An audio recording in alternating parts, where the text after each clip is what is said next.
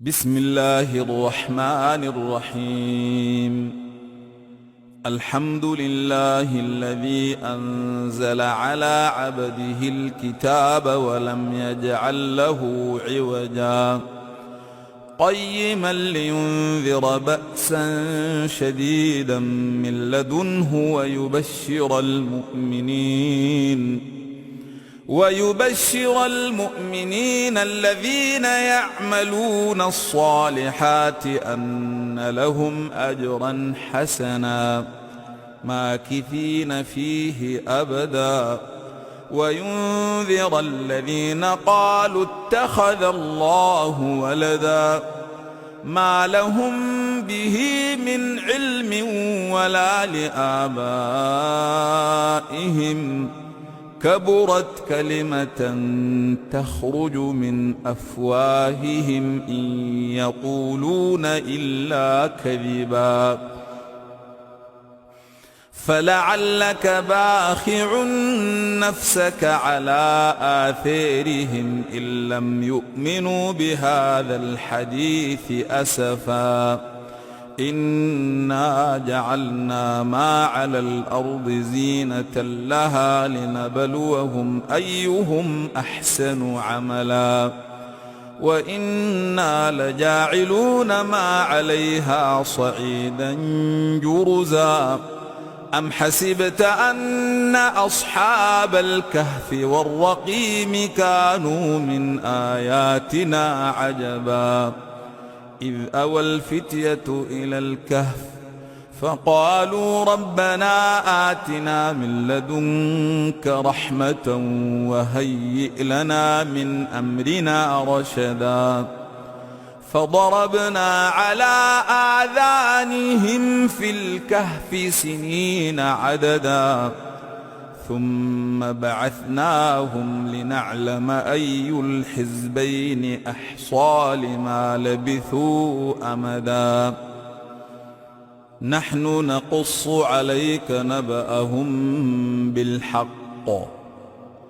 إنهم فتية آمنوا بربهم وزدناهم هدى وربطنا على قلوبهم إذ قاموا فقالوا ربنا رب السماوات والأرض لن ندعو من دونه إلها لقد قلنا إذا شططا هؤلاء قومنا اتخذوا من دونه آلهة لولا يأتون عليهم بسلطان بين فمن أظلم ممن افترى على الله كذبا وإذ اعتزلتموهم وما يعبدون إلا الله فأووا إلى الكهف ينشر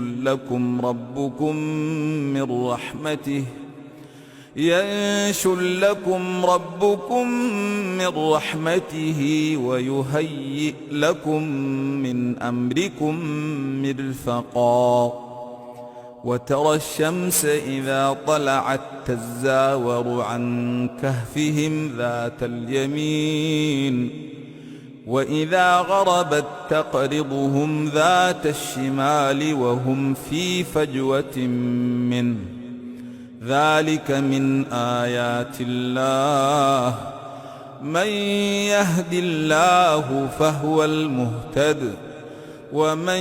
يضلل فلن تجد له وليا مرشدا وتحسبهم أيقاظا وهم رقود ونقلبهم ذات اليمين وذات الشمال وكلبهم باسط ذراعيه بالوصيد لو اطلعت عليهم لوليت منهم فرارا ولملئت منهم رعبا وكذلك بعثناهم ليتساءلوا بينهم قال قائل منهم كم لبثتم قالوا لبثنا يوما أو بعض يوم قالوا ربكم أعلم بما لبثتم فابعثوا أحدكم بورقكم هذه إلى المدينة فلينظر أيها أزكى طعاما فليأتكم برزق منه وليتلطف ولا يشعرن بكم أحدا إنهم إن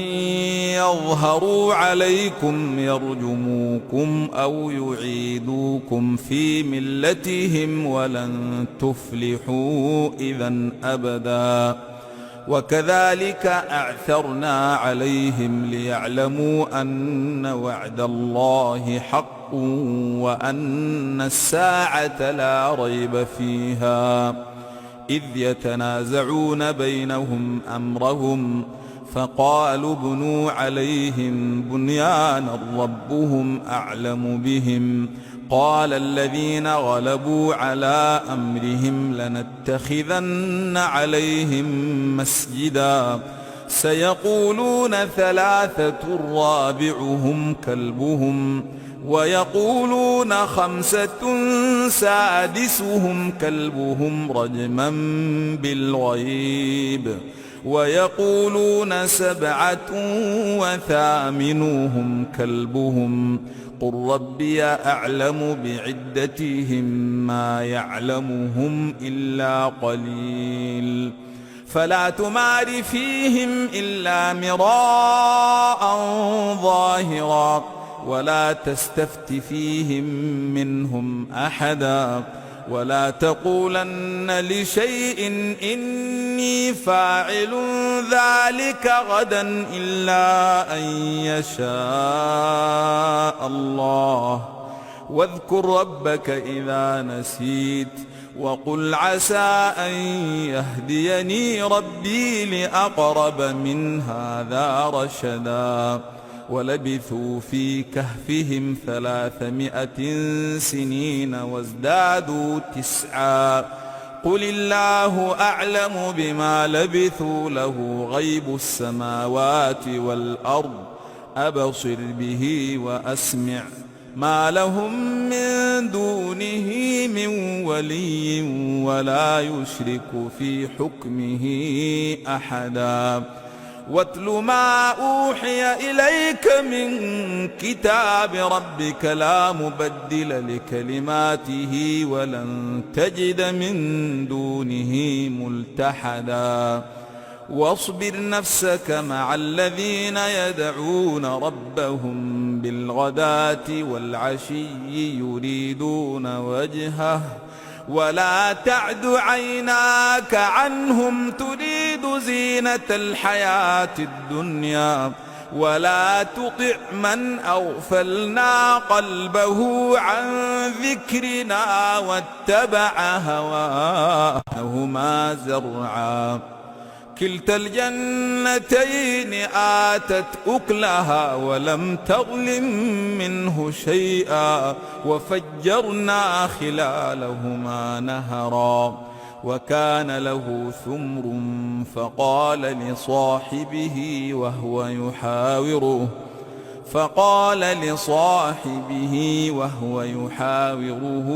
أنا أكثر منك مالا وأعز نفرا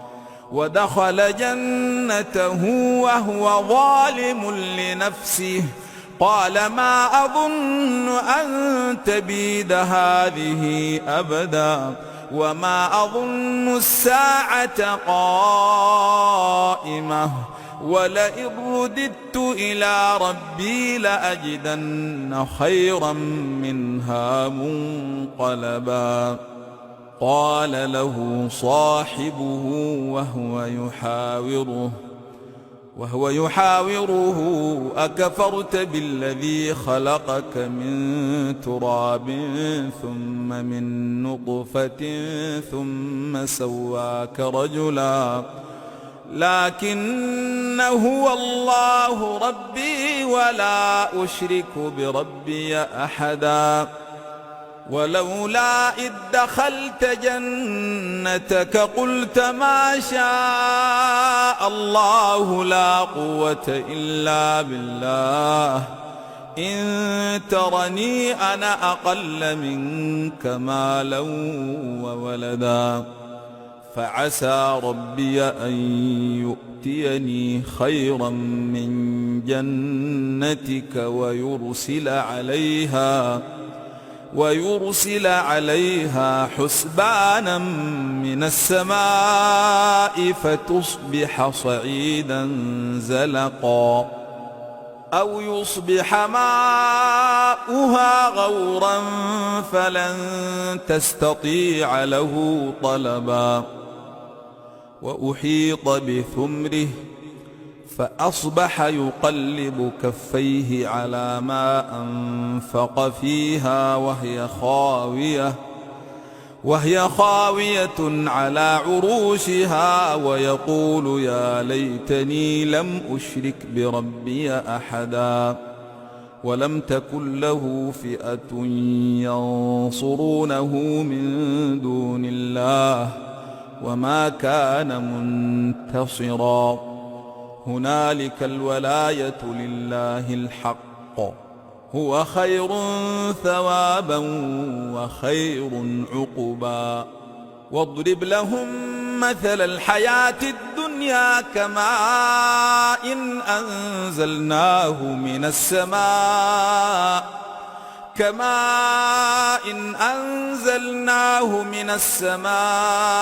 فاختلط به نبات الأرض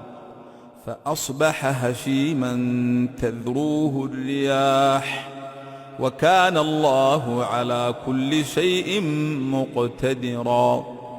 المال والبنون زينة الحياة الدنيا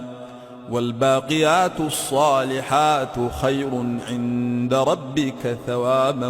وخير أملا ويوم تسير الجبال وترى الأرض بارزة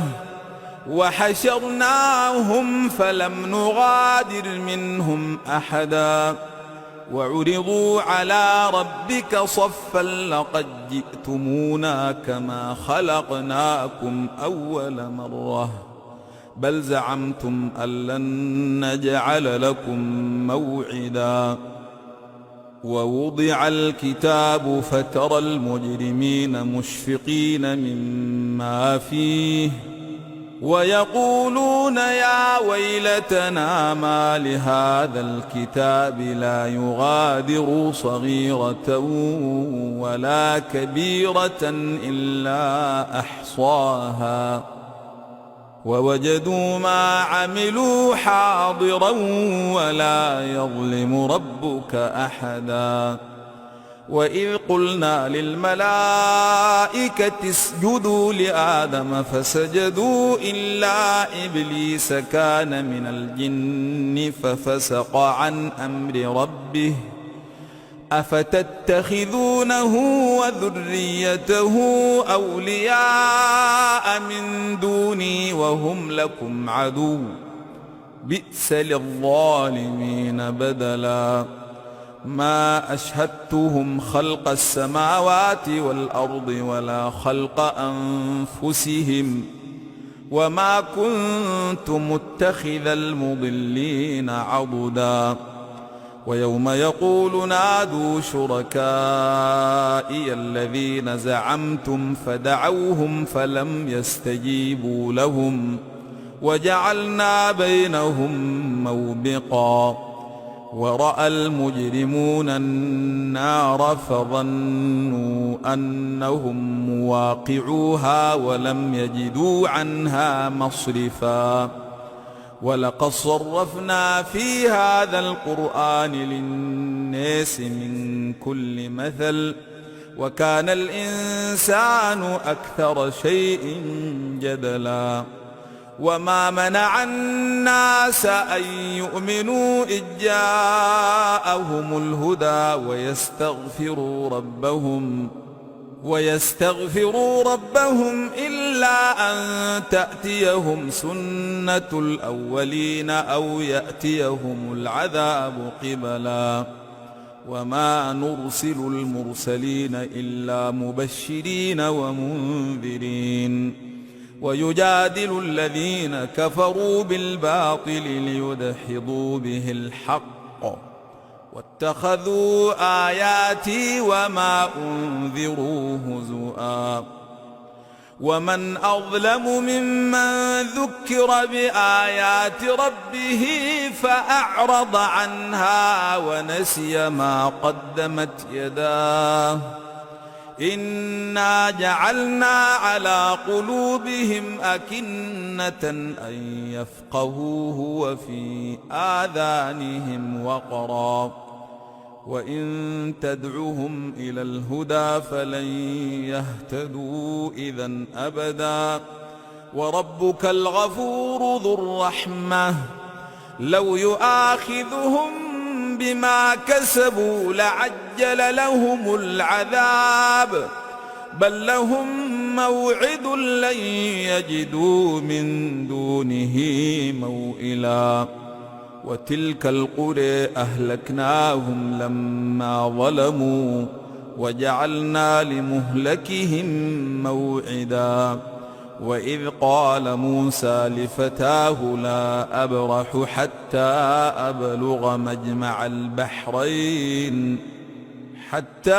أبلغ مجمع البحرين أو أمضي حقبا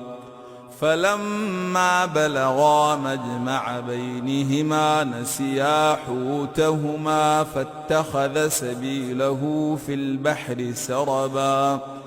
فلما جاوزا قال لفتاه آتنا غداءنا لقد لقينا من سفرنا هذا نصبا قال أرأيت إذ أوينا إلى الصخرة فإني نسيت الحوت وما أنسانيه إلا الشيطان أن أذكره واتخذ سبيله في البحر عجبا قال ذلك ما كنا نبغي فارتدا على آثارهما يهتدوا إذا أبدا وربك الغفور ذو الرحمة لو يؤاخذهم بما كسبوا لعجل لهم العذاب بل لهم موعد لن يجدوا من دونه موئلا وتلك القرى أهلكناهم لما ظلموا وجعلنا لمهلكهم موعدا وإذ قال موسى لفتاه لا أبرح حتى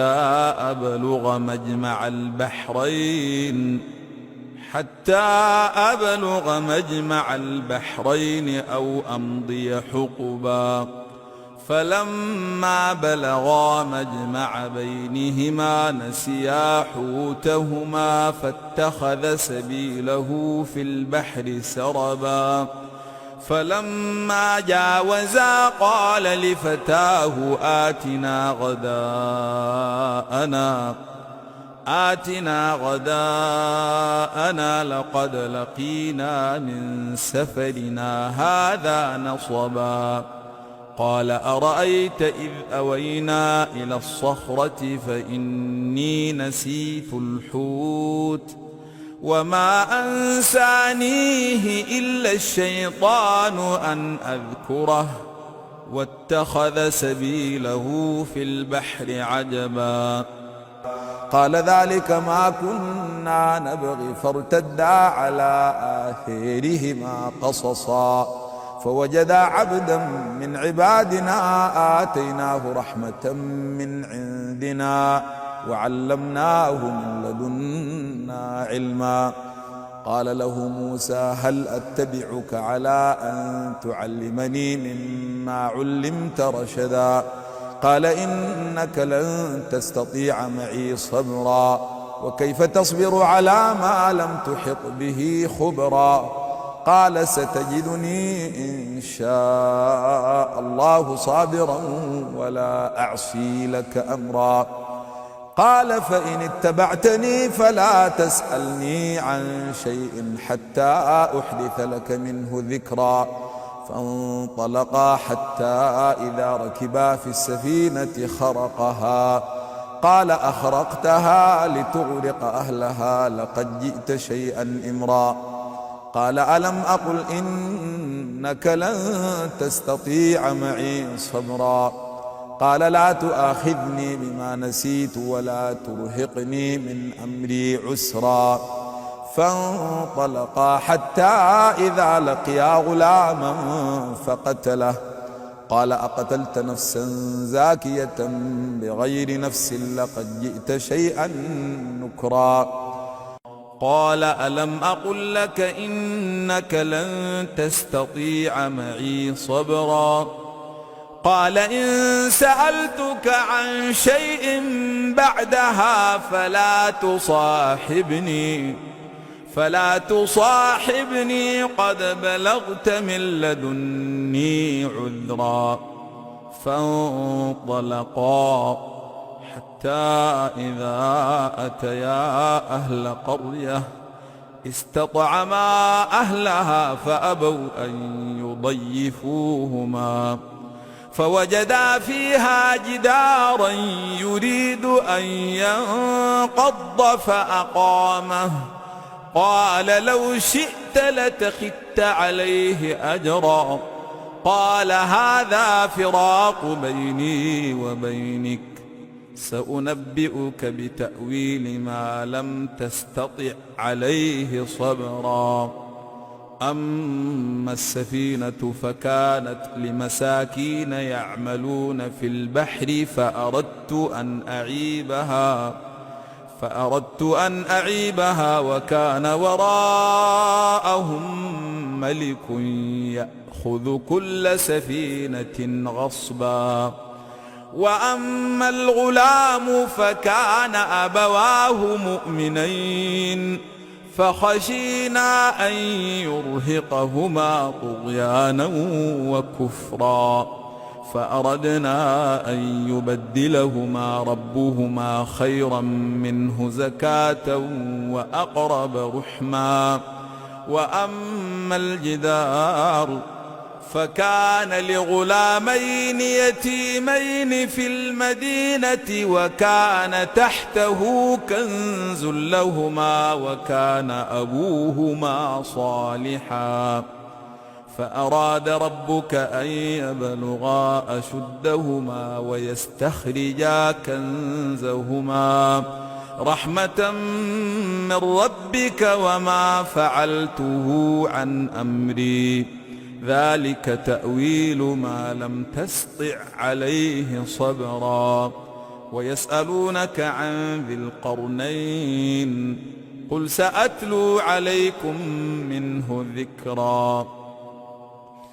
إنا مكنا له في الأرض وآتيناه من كل شيء سببا فاتبع سببا حتى إذا بلغ مغرب الشمس وجدها تغرب في عين حمئة ووجد عندها قوما قلنا يا ذا القرنين إما أن تعذب وإما أن تتخذ فيهم حسنا قال أما من ظلم فسوف نعذبه ثم يرد إلى ربه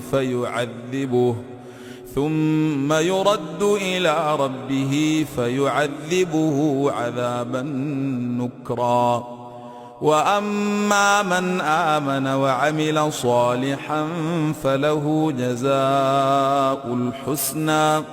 وسنقول له من أمرنا يسرا ثم اتبع سببا حتى إذا بلغ مطلع الشمس وجدها تطلع على قوم لم نجعل لهم من دونها سترا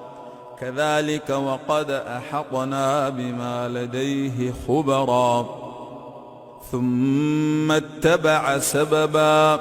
حتى إذا بلغ بين السدين وجد من دونهما قوما لا يكادون يفقهون قولا قالوا يا ذا القرنين إن ياجوج وماجوج مفسدون في الأرض فهل نجعل لك خرجا على أن تجعل بيننا وبينهم سدا قال ما مكني فيه ربي خير فأعينوني بقوة أجعل بينكم وبينهم ردما آتوني زبر الحديد حتى إذا ساوى بين الصدفين قال انفخوا حتى إذا جعله نارا قال آتوني أفرغ عليه قطرا فما استطاعوا أن يظهروه وما استطاعوا له نقبا قال هذا رحمة من ربي فإذا جاء وعد ربي جعله دكا وكان وعد ربي حقا وتركنا بعضهم يومئذ يموج في بعض ونفخ في الصور فجمعناهم جمعا وعرضنا جهنم يومئذ للكافرين عرضا الذين كانت أعينهم في غطاء عن ذكري وكانوا لا يستطيعون سمعا أفحسب الذين كفروا أن يتخذوا عبادي من دوني أولياء إنا أعتدنا جهنم للكافرين نزلا قل هل ننبئكم بالأخسرين أعمالا الذين ضل سعيهم في الحياة الدنيا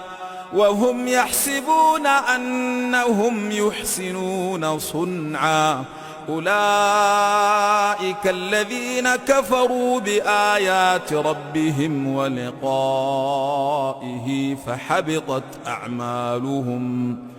فحبطت أعمالهم فلا نقيم لهم يوم القيامة وزنا ذلك جزاؤهم جهنم بما كفروا واتخذوا آياتي ورسلي هزؤا إن الذين